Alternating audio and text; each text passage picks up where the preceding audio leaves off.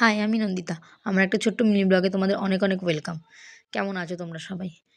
তো এই ভিডিওটা আমার অনেক দিন আগের, মোটামুটি মাস ৩-৪ আগের ভিডিও। তো আমি গেছিলাম গোসাইবাড়ি। তো সেটা হলো শীতলপুর ধামে।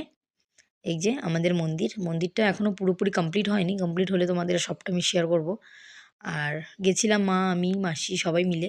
আর এই জায়গাটা হলো ছাদের ওপর। এটা হচ্ছে যেখানে মেইনলি খাওয়া-দাওয়া হয় সেখানে ছাদের ওপর। আমি একদিন পুরো ডিটেইলসে তোমাদের একদিন আমি পুরো ভিডিও শেয়ার করব। আমি সেদিন জাস্ট ছোট, ছোট একটু, একটু নিয়েছিলাম।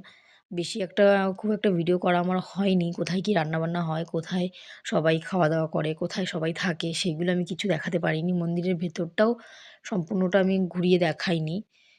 একটু, একটু ভিডিও করেছি। এখানটা গেট, এই যে মন্দিরটা ঢুকে সামনে, আর এটা হচ্ছে আমাদের স্নানের জায়গা দিয়ে এই যে আমি মন্দিরে উঠছি।